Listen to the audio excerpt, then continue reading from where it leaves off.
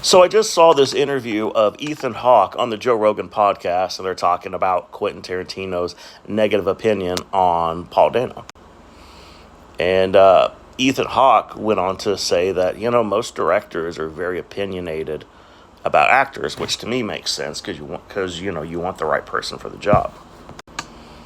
Who in the film industry really, is going to be more critical of of acting more than the director, because that's what they're used to doing, telling you, hey, that performance wasn't good enough, do it again, and so forth. And Tarantino has always been, and he said, like, he's the kind of guy that he's just going to say what's on his mind. Now, that reminds me of a story that Steven Spielberg told in an interview where he saw The Shining and then he went to Stanley Kubrick's house. I think he was invited. And then he asked what he thought about the film. And he was trying to be nice and polite, and but he told him just little criticisms he had. And then when he was done, Kubrick was like, "Well, seems like you didn't like my movie that much."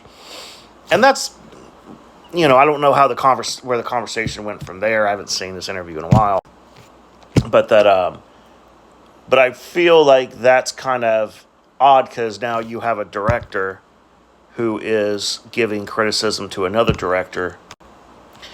But it's almost like, to me, as a director, and this could just go for Kubrick, I don't know how that goes for other directors, where they tend to take criticism well. I'm sure a lot of them don't, because, that's their art that's getting ripped apart by somebody who is outside of that industry and probably doesn't understand all the hard work that goes into it.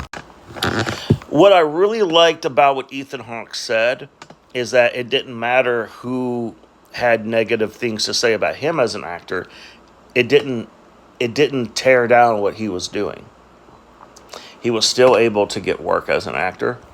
It didn't hurt his career, and I've seen his career flourish over the years, especially recently. And that's kind of where it kind of spoke to me. Because, I've dealt with my fair share of hate and criticism, and I always look back, and it didn't matter where it came from. It didn't seem to it didn't stop anything. So, to me, even like when you look at critics, like movie critics, which that's the type of content I really enjoyed, not just because of my love for movies, but I like hearing someone speak in very deep detail of what they like, what they disliked about the film.